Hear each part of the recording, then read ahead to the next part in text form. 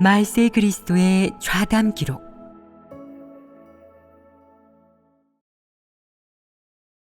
폐괴 성품을 해결해야 진실로 변화할 수 있다. 어떤 사람이 그림을 한 폭 그리고는 스스로 매우 완벽하다고 생각하고 만족했다.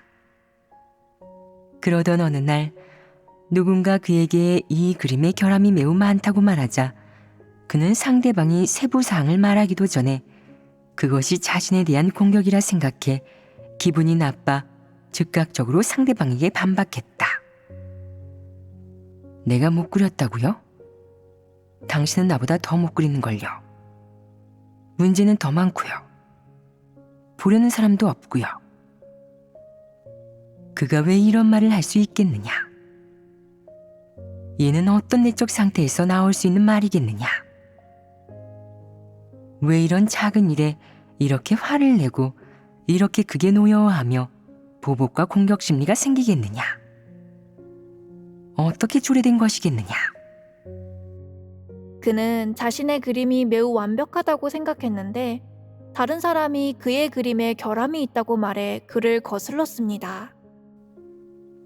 즉, 너는 그의 완벽한 이미지를 파괴해서는 안 된다. 그가 스스로 좋다고 생각하는 것에 대해 너는 절대 어떠한 하자도 곤란해서는 안 되고 어떤 지리도 해서는 안 된다. 너는 이 그림은 정말 잘 그렸네요. 대작이라고 할 만해요. 제가 보기에는 대가들도 이 정도 수준이에요. 이 작품을 내놓으면 분명 업계에 센세이션을 불러일으키고 대대손손 전해줄 수 있을 겁니다. 라고 말해야 한다. 그래야 그가 기뻐한다. 기뻐하고 화내는 사람이 한 사람이다. 어째서 두 종류의 다른 표출이 있을 수 있겠느냐?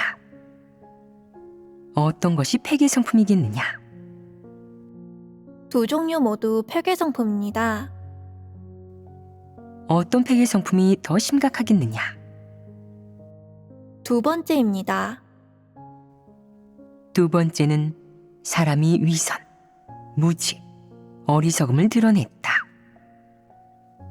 다른 사람이 내가 잘 못 그렸다고 말했다고 해서 어째서 그렇게 괴로워하고 심지어 증오, 공격, 보복의 심리가 생기는 것이냐? 너에게 듣기 좋은 말 몇 마디 해주면 어째서 그렇게 기쁜 것이냐? 어째서 더할 수 없이 좋은 것이냐? 이런 사람은 부끄러움을 모르는 것 아니겠느냐? 부끄러움을 모르고 어리석고 가련하다. 듣기 좋은 말은 아니지만 이게 바로 사실이다. 사람의 무지, 어리석음, 추악한 모습은 무엇에서 나오겠느냐? 사람의 폐괴 성품에서 나온다. 사람이 이런 일에 임하여 이런 태도가 나올 때 드러나는 것은 정상적인 인성에 갖춰야 할 이성과 양심이 아니며 정상적인 인성이 살아내야 하는 것이 아니다. 그렇다면 이런 일은 어떻게 처리해야 하겠느냐? 어떤 사람은 저에게 방법이 있습니다. 누가 칭찬하면 침묵하고 누가 나쁘다고 말해도 침묵하는 무반응 방법을 사용합니다. 이렇게 하면 옳고 그름과 관계가 없으며 폐괴 성품도 드러내지 않으니 얼마나 좋습니까? 라고 말한다. 이런 관점은 어떠하냐? 이것이 폐괴 성품이 없다는 것을 의미하겠느냐? 사람이 아무리 위장을 잘해도 잠시는 위장할 수 있지만 평생 위장하기는 어렵다. 내가 아무리 위장을 잘하고 꽁꽁 포장해도 너의 폐괴 성품을 위장하거나 포장할 수는 없다. 내가 마음속으로 무슨 생각을 하든지 사람은 속일 수 있지만 하나님을 속일 수는 없으며 너 자신 또한 속일 수 없다. 내가 드러내든 안 드러내든 결국 사람의 마음속 생각과 마음속에 생기는 이것들은 그것이 강렬하든 아니든 혹은 명확하든 아니든 모두 사람의 폐괴 성품을 대변하고 있다. 그렇다면 이런 폐괴 성품은 매우 자연스럽게 언제 어디서나 드러나지 않겠느냐. 어떤 사람은 자기가 잠시 부주의해 무심코 말을 뱉어버려 자기 내면 깊은 곳의 것을 폭로시켰다고 생각해 후회한다. 그는 마음속으로 다음에는 말을 하지 말아야지. 말을 많이 하면 꼭 실수를 하게 되니 말을 하지 않으면 폐괴 성품이 드러나지 않을 것 아냐? 라고 생각한다. 그 결과 일을 할 때 또 폐괴 성품을 드러냈고 자신의 속셈을 드러냈다. 이는 언제 어디서나 막으려야 막을 수 없는 것이다. 그래서 너의 폐괴의 성품을 해결하지 않으면 항상 폐괴의 성품을 드러내는 것은 정상적인 법칙이라고 말하는 것이다. 해결 방법은 오직 하나이다. 즉, 내가 진리를 구해야 하고 공을 들여야 한다. 내가 진정으로 진리를 깨닫고 나서 폐괴 성품의 본질을 꿰뚫어 볼 수 있게 되면 사탄과 육을 증오할 수 있게 되는데, 이렇게 되면 진리를 실행하기 수월해진다. 내가 진리를 실행할 수 있을 때 폐괴의 성품을 드러내지 않고 양심, 이성, 정상적인 인성을 드러낸다.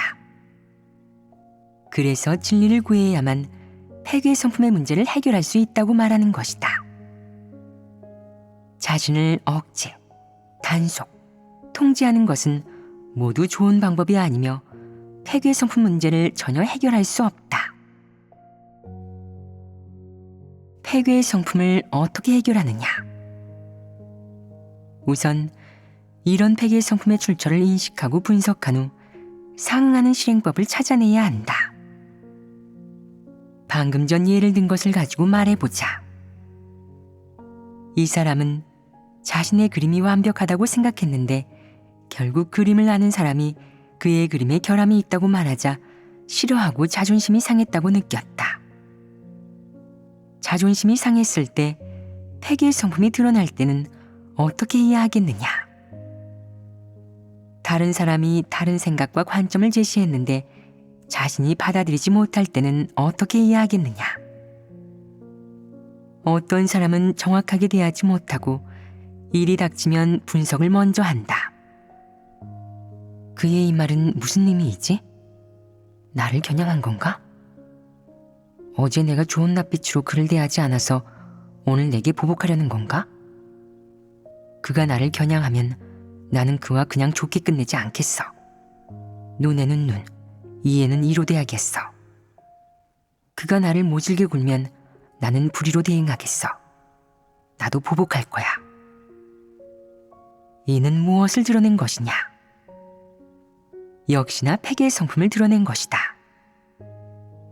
방법적으로는 고의적인 보복과 의도적인 보복으로 이런 폐괴의 성품을 드러내는데, 이런 방법의 본질적인 성질은 무엇이겠느냐?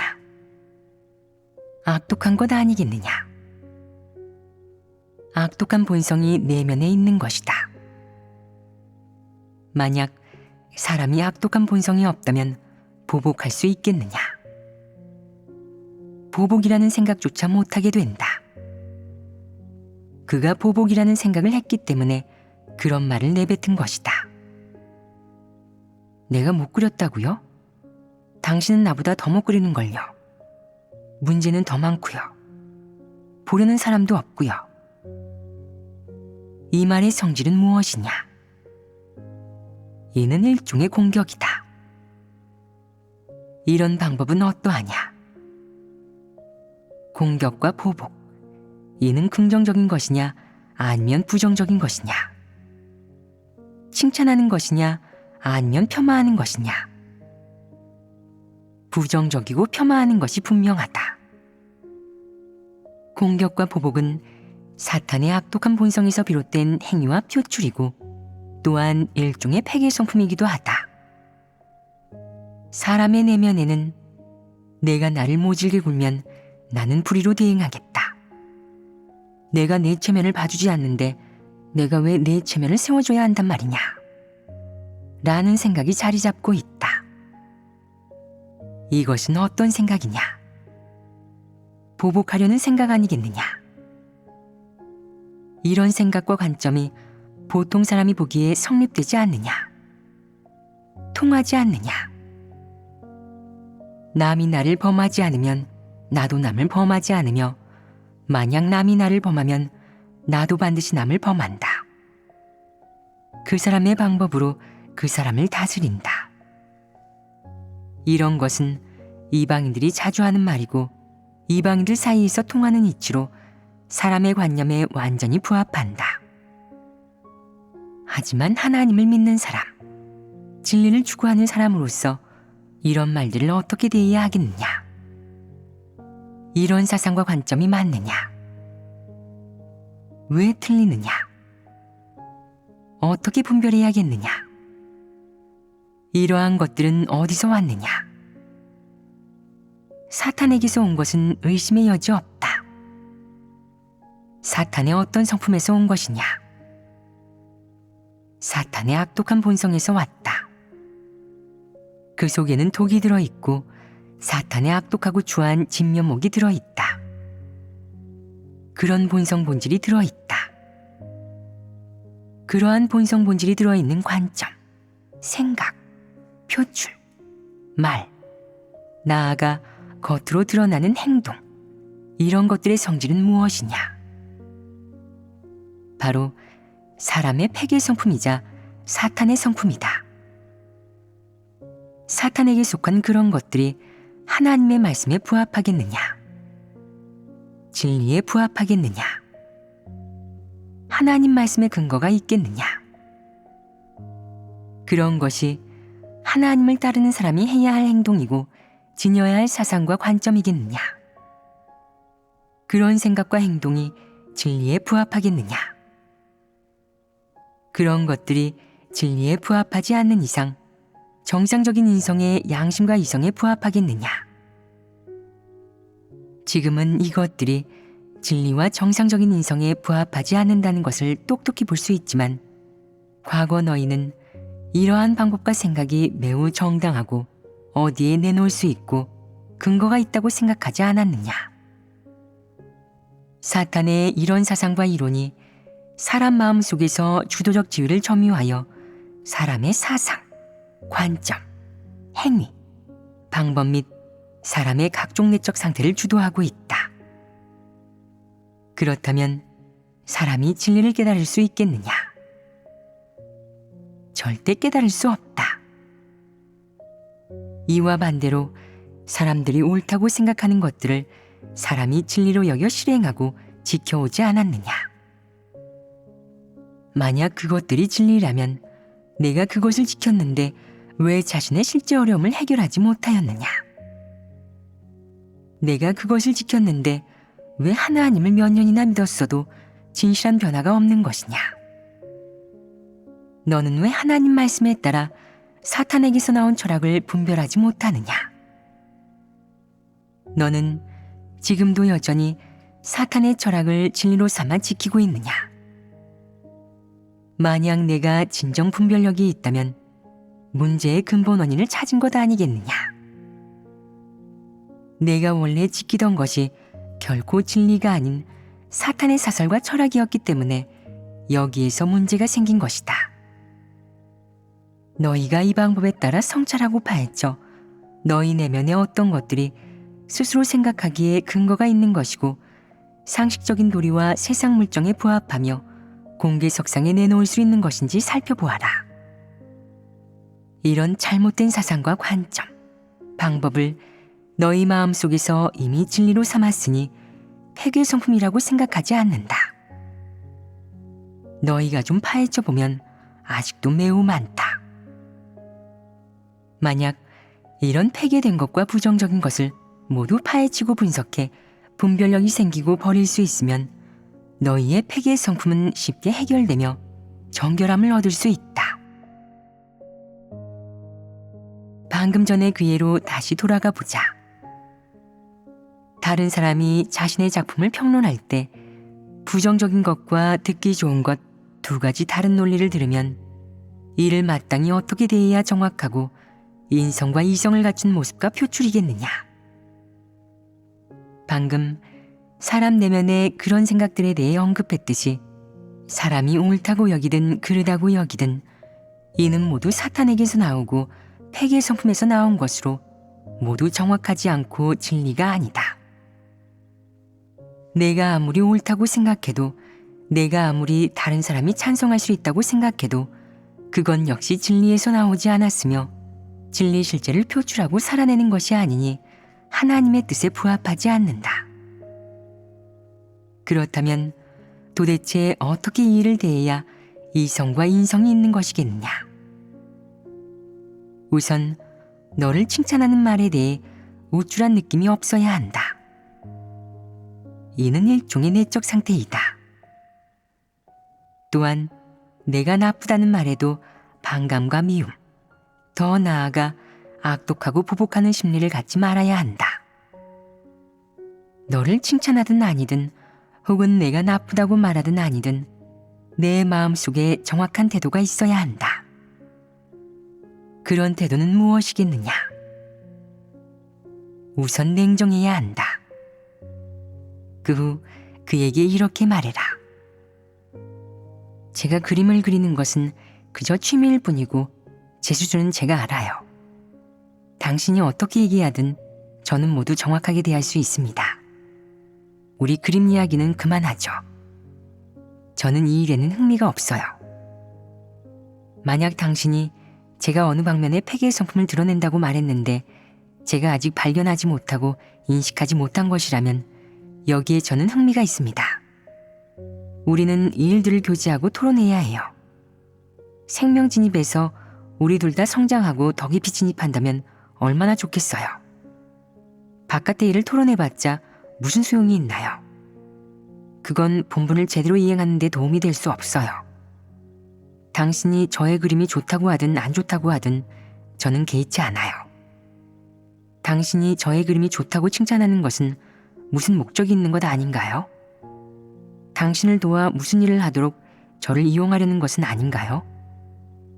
만약 제 도움을 바란다면 제가 도울 수 있는 것은 무상으로 도와드릴게요. 만약 도와드리지 못하면 제가 당신에게 제안을 드릴 수도 있으니 이런 방식으로 저와 사귈 필요는 없어요. 위선적으로 보여 구역질이 나고 오글거려요. 당신이 제 그림이 좋지 않다고 말하는 것은 저를 시험하고자 하는 것이죠. 저를 시험에 들게 하고 혈기를 드러내게 하여 당신에게 보복하고 공격하게 하려는 것이죠. 저는 절대 그렇게 안 해요. 저는 그 정도로 어리석지 않아요. 저는 사탄의 계략에 빠지지 않아요. 이런 태도는 어떠하냐? 이런 방법을 무엇이라고 부르겠느냐? 이를 사탄에 대한 반격이라고 한다. 진리를 추구하지 않는 일부 사람은 걸핏하면 쓸데없는 말만 한다. 어머, 내가 예전에 세상에서 사업을 얼마나 불티나게 잘했는데 정말 부러워. 어머, 너는 정말 예쁘게 생겼구나. 정말 복스럽다. 누가 세력이 좀 있고 외모가 좀 좋고 이용 가치가 좀 있으면 바로 끈덕지게 접근하고 아첨하고 칭찬하고 아부한다. 각종 비열하고 파렴치한 수단으로 남들에게 말할 수 없는 자신의 속셈과 욕망을 충족시키니 구역질하지 않느냐. 그렇다면 이 유형의 사람을 만나면 어떻게 대해야 하겠느냐. 눈에는 눈, 이에는 이로 갚으면 맞겠느냐. 만약 시간이 없다면 몇 마디 심한 말로 반격해 그에게 창피를 주어라. 당신은 어쩌면 이렇게 무료해요? 할 일도 없어요? 그것들을 떠들어봐야 무슨 소용이 있겠어요? 라고 말해라. 만약 그의 아첨하는 그 말들이 너무나 허황되고 닭살이 돋아 듣기 싫은데 자세히 이야기할 시간마저 없다면 그냥 이 말 몇 마디로 응수하고 끝내라. 만약 시간이 있다면 그와 교제를 좀 하여라.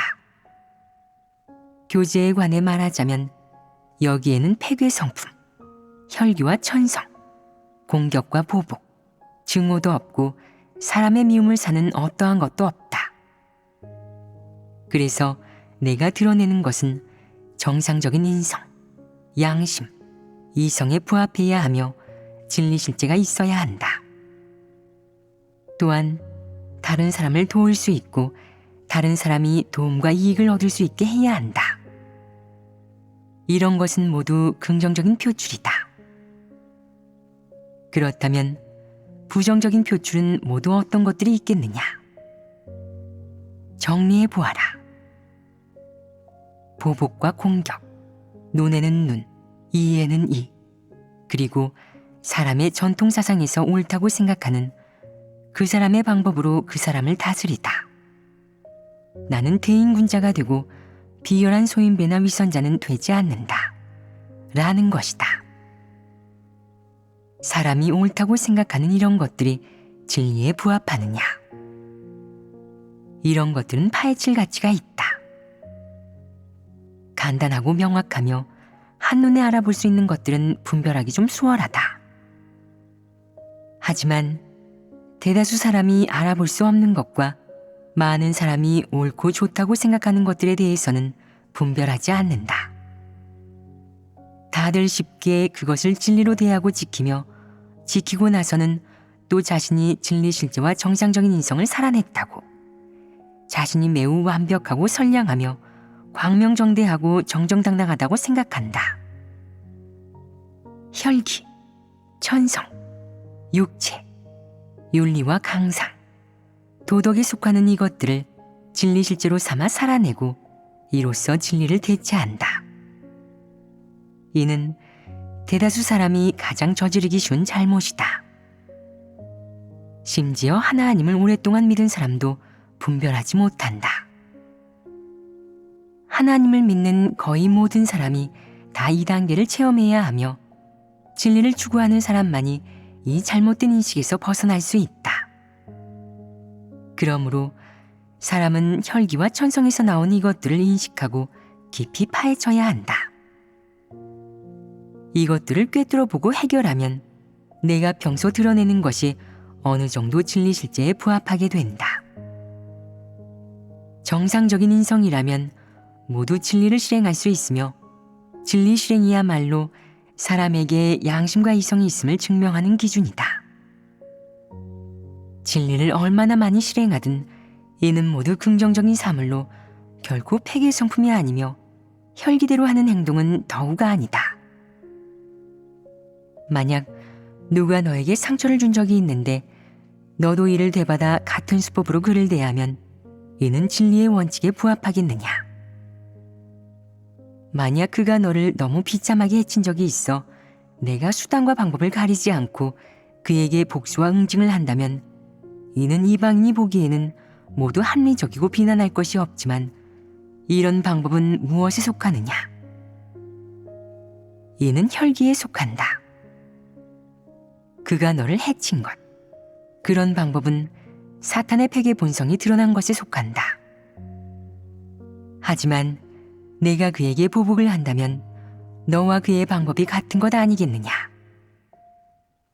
그에게 보복하는 너의 심리, 출발점, 근원이 그와 동일하고 별다른 차이가 없다.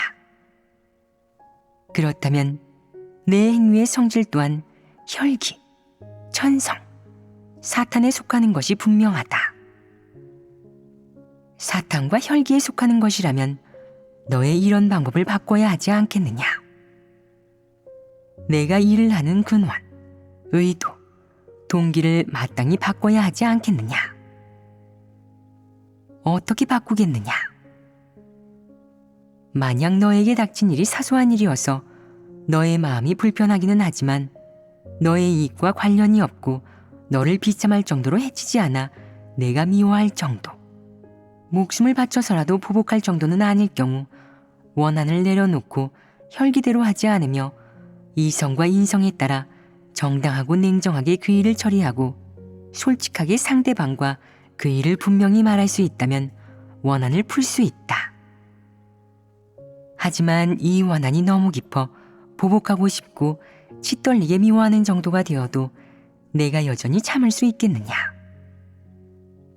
혈기대로 하지 않고 담담하게 나는 이성을 갖고 양심적으로 이성적으로 살아야 해. 또한 진리의 원칙에 따라 살아야 해. 악을 악으로 갚아서는 안 되고 굳게 서서 사탄을 부끄럽게 해야 해. 라고 말할 수 있으면 이는 다른 내적 상태 아니겠느냐?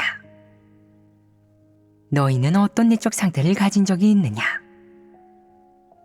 만약 다른 사람이 너의 물건을 좀 훔치거나 너의 음식을 좀 많이 먹었다면 이는 뼈에 사무치는 깊은 원한이라고 할 수 없으니 내가 이 일 때문에 격떨어지게 다른 사람과 얼굴 붉힐 필요와 가치가 없다고 여기면 이런 상황에서 너는 이성적으로 이 일을 대할 수 있다. 내가 이성적으로 이 일을 대하는 것이 진리를 실행하는 것과 같은 것이겠느냐? 내가 이 일에서 진리 실제가 있다는 것과 같은 것이겠느냐? 절대 아니다. 이성과 진리 실행은 별개의 일이다. 만약 내가 굉장히 화가 나는 일이 닥쳤는데도 이성적이고 냉정하게 처리하고 혈기와 패괴를 드러내지 않을 수 있으려면 진리의 원칙을 알아야 하고 지혜롭게 처리해야 한다. 이런 상황에서 만약 하나님께 기도하지 않고 진리를 구하지 않는다면 혈기가 생기기 쉽고 심지어 폭력이 생긴다. 만약 진리를 구하지 않고 사람의 방법만을 사용해 자신의 기호에 따라 처리하면 이는 사람이 소소한 도리를 좀 이야기하거나 혹은 앉아서 마음을 터놓을 때 해결할 수 있는 그렇게 단순한 문제가 아니다. 지금 교제하는 것은 모두 사람의 폐괴 성품 및 폐괴 본성과 관련이 있는 문제이다. 어떤 사람은 천성적으로 성격이 묻어내 다른 사람이 그의 이익에 손해를 끼치거나 듣기 거북한 말을 해도 그냥 웃어 넘긴다. 반면 어떤 사람은 옹졸해서 도저히 넘어가지 못하고 평생 앙심을 품는다. 이 두 부류 중 어떤 부류의 사람이 폐괴 성품이 있는 것이냐? 사실 두 부류가 다 있다. 단지 사람의 천성적인 성격이 다를 뿐이다. 성격은 사람의 폐괴 성품에 영향을 주지 못하며 폐괴 성품의 깊이를 결정하지 못한다. 사람의 교양, 교육, 가정 환경 또한 폐괴 성품의 깊이를 결정하지 못한다. 그렇다면 폐괴 성품의 깊이는 사람이 습득한 것과 관계가 있겠느냐? 어떤 사람들은 저는 문과라 책을 많이 읽어 품위와 교양이 있습니다. 그래서 인내심이 좀 강하고 남을 좀 더 잘 이해하고 마음이 좀 넓습니다. 일이 닥치면 스스로 해결할 방법이 있으니 저의 폐괴 성품은 아마 그렇게 심하지 않을 겁니다. 라고 말한다. 어떤 사람은 저는 음악을 배운 사람이라 특별한 인재입니다. 음악은 사람의 영혼을 감화시키고 정화할 수 있습니다. 각각의 음표가 사람의 영혼에 부딪힐 때 사람의 영혼이 정화되고 변화됩니다. 각기 다른 음악을 들을 때 사람은 각기 다른 기분을 갖게 되고 다른 정서가 생기게 됩니다. 부정적인 정서가 있을 때 저는 음악을 듣는 것으로 해결합니다. 그러니 저의 폐괴 성품이 음악을 들으면서 점차적으로 가벼워질 것이고 폐괴 본성 또한 음악에 대한 저의 조예가 깊어질수록 점차적으로 해결될 것입니다. 라고 말한다. 어떤 가수들은 이렇게 말한다. 좋은 노래는 사람의 마음을 즐겁게 할 수 있어요. 제가 노래를 부르면 부를수록 저의 노랫소리는 더 아름다워지고 제 노래 기교도 점점 좋아지죠. 업무 수준이 높아질수록 제 내적 상태도 점점 좋아져요. 내적 상태가 점점 좋아지는 것은 폐괴 성품이 점점 줄어든다는 것 아닐까요? 너희가 말해보아라. 그런 것이냐? 그렇지 않습니다. 그러니 폐괴 성품에 대한 많은 사람의 인식과 이해에 모두 잘못된 부분이 있다고 하는 것이다. 교육을 좀 받으면 자신에게 폐괴 성품이 적다고 생각하는 것이다. 일부 나이가 좀 많은 사람은 또 이렇게 말한다. 제가 젊었을 때는 고생을 많이 했어요. 늘 소박하게 생활하며 낭비하지 않고 절약하는 것을 중시했죠. 무슨 일을 하든 깔끔하게 하고 말도 단정하고 예의 바르죠. 정직한 말을 하고 정직한 사람으로 살았기 때문에 폐계 성품이 그렇게 많지 않습니다. 일부 젊은이는 사회 환경의 영향을 받아 마약을 하기도 하고 사악한 흐름을 추구하기도 합니다. 사회 풍조에 너무 심하게 전염되어 심하게 폐괴되었어요. 이와 같은 폐계 성품에 대한 그릇되고 터무니없는 이해와 인식으로 인해 사람이 자신의 폐계 본질에 대해, 자신의 사탄 본성에 대해 다른 느낌과 편견을 갖게 되는 것이다. 이 느낌과 편견 때문에 많은 사람들이 자신이 비록 폐계의 성품을 갖고 있지만, 비록 교만과 독선, 폐역을 갖고 있기는 하지만 그래도 대부분의 행동은 양호하다고 생각한다. 특히 자신이 규율을 잘 지킬 수 있으며 정상적이고 규칙적인 영생활이 있고 게다가 영적 도리를 좀 말할 수 있을 때 사람은 더욱 자신이 하나님을 믿는 길에서 성과를 얻었으며 폐계의 성품이 매우 많이 해결되었다고 생각한다. 심지어 어떤 사람들은 자신의 내적 상태가 괜찮을 때, 자신의 본분 이행의 성과와 성취가 있을 때 자신은 이미 매우 영적이며 이미 온전케 되고 정결케 된 성결한 사람이고 이미 폐계의 성품이 사라졌다고 생각한다. 이런 사람들의 생각은 모두 폐계의 성품과 사탄의 성품을 진실하게 인식하지 못한 상황에서 생긴 각종 착각 아니겠느냐. 이런 착각들은 사람이 폐계의 성품과 자신의 어려움을 해결하는 데 있어 가장 큰 장애물 아니겠느냐. 이는 가장 큰 장애물이자 가장 다루기 어려운 부분이다. 오늘 이렇게 교제한 것을 너희는 이해하였느냐? 핵심을 좀 파악하였느냐? 사람의 폐계의 성품을 해결하지 않으면 진리 실제에 진입할 수 없다. 사람이 자신이 어떤 폐계의 성품을 갖고 있는지 모르고 자신의 사탄 본성 본질이 도대체 무엇인지 모르면 자신이 폐괴된 인간이라는 것을 진실로 인정할 수 있겠느냐? 사람이 자신이 사탄에 속하며 폐괴된 인류 중의 일원임을 진실로 인정하지 못하면 진실로 회개할 수 있겠느냐?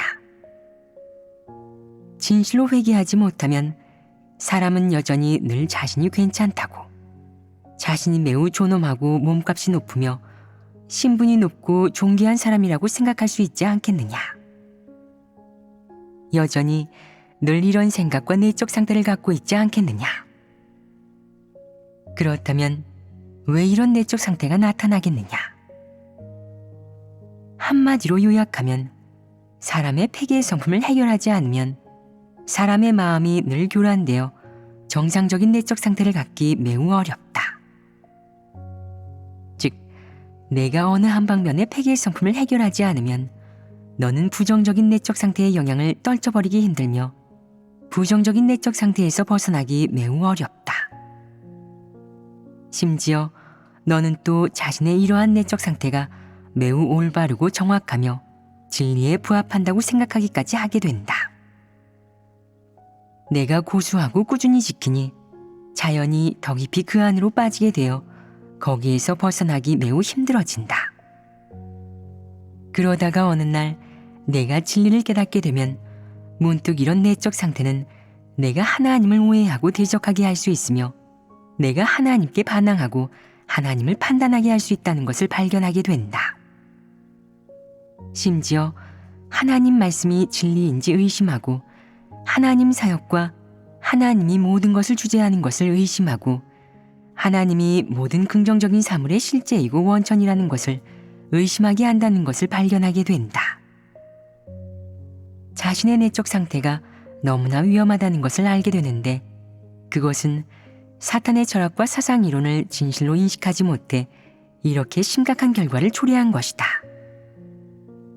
그때서야 너는 비로소 사탄이 너무도 음험하고 악독하다는 것을, 사탄이 정말 사람을 잘 미혹시키고 폐괴시켜 사람이 하나님을 대적하고 배반하는 길을 걷도록 한다는 것을, 폐괴의 성품을 해결하지 않으면 결과가 너무나 심각하다는 것을 알게 된다.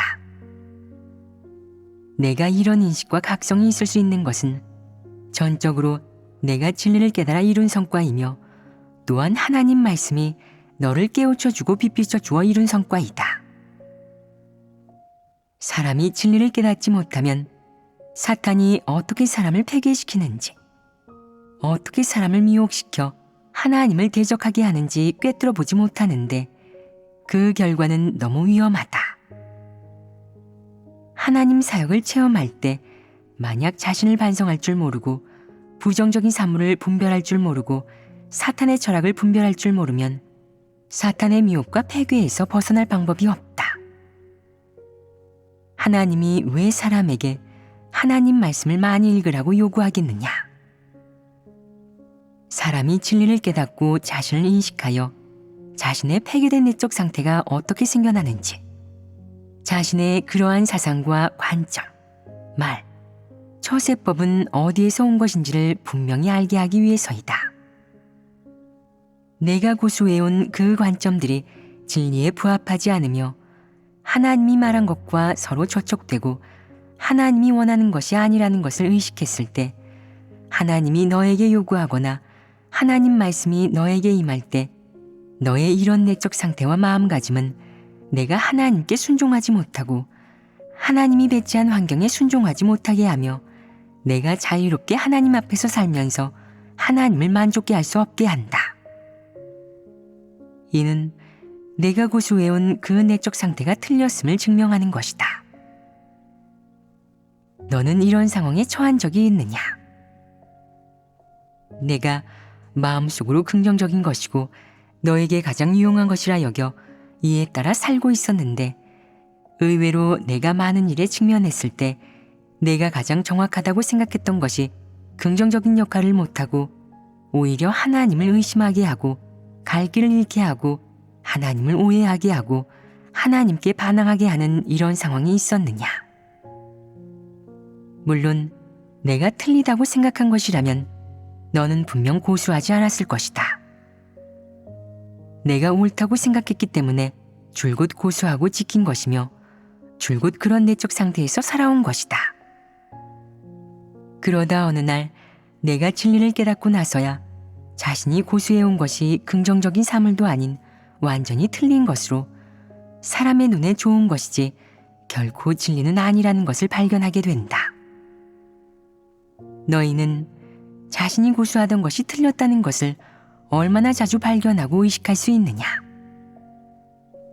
만약 너희가 많은 경우 틀린 것을 의식하였음에도 여전히 반성하지 않고 마음속으로 여전히 거부하며 진리를 받아들이지 못하고 올바로 마주하지 못하며 여전히 자신의 이치를 따진다면 이런 잘못된 내적 상태를 돌이키지 않으면 매우 위험하다. 늘 이렇게 자신을 고수하면 고꾸라지기 쉽고 넘어져 실패하기 쉽다. 또한 진리 실제에 진입하지도 못한다. 사람은 늘 자신의 이치를 따지는데 이는 폐역이고 이성이 없는 것이다. 설령 겉으로 말하지 않아도 마음속에 여전히 존재한다면 근본적인 문제가 아직 해결되지 않은 것이다. 그렇다면 너는 언제 하나님께 반발하지 않을 수 있겠느냐? 너의 이런 내적 상태를 돌이켜야 하고 너의 이방면 문제의 근원을 해결해야 한다. 즉, 내가 고수한 그 관점이 도대체 어디가 틀렸는지를 명확히 알고 이를 파헤쳐 진리를 구해 해결해야 한다. 그래야만 내가 올바른 내적 상태에서 살 수 있다. 내가 올바른 내적 상태에서 살 때 하나님을 오해하지 않으니 반발심도 있을 리가 없고 관념은 더더욱 생길 리가 없다. 이때 너의 이방면의 폐역이 해결되는 것이다. 이방면의 폐역이 해결되면 내가 어떻게 해야 하나님 뜻에 부합하는지 알게 되니 이때 내가 하는 것이 하나님의 뜻에 부합하지 않겠느냐.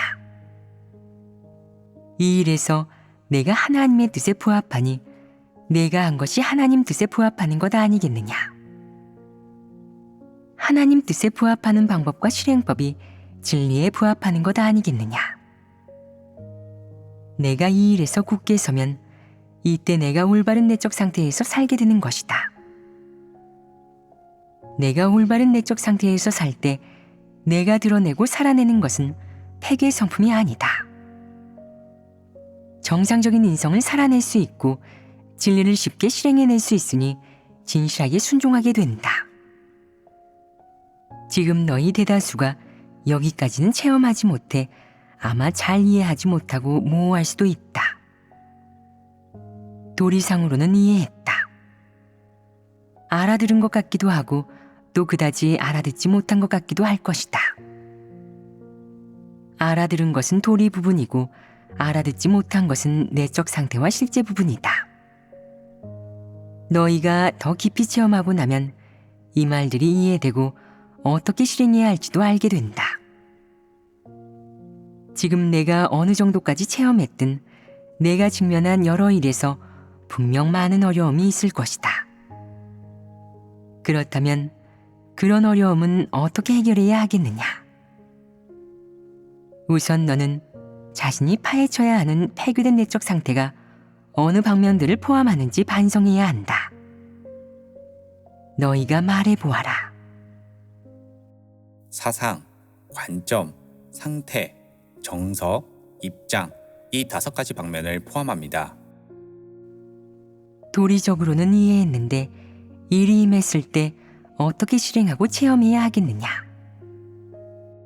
일이 임했을 때 자신이 드러낸 태도와 사상이 어떤 성품과 본성에 속하는지 성찰하고 자신이 드러낸 마음가짐과 사상 관점을 인식해야 합니다. 이 방면에서부터 착수해 해결해야 합니다. 그렇다. 자신의 진실한 내적 상태, 태도, 사상 관점을 모두 철저히 인식하면 이 문제의 반은 해결된 것이다. 그런 다음 진리를 구하고 실행하면 어려움이 없어진다.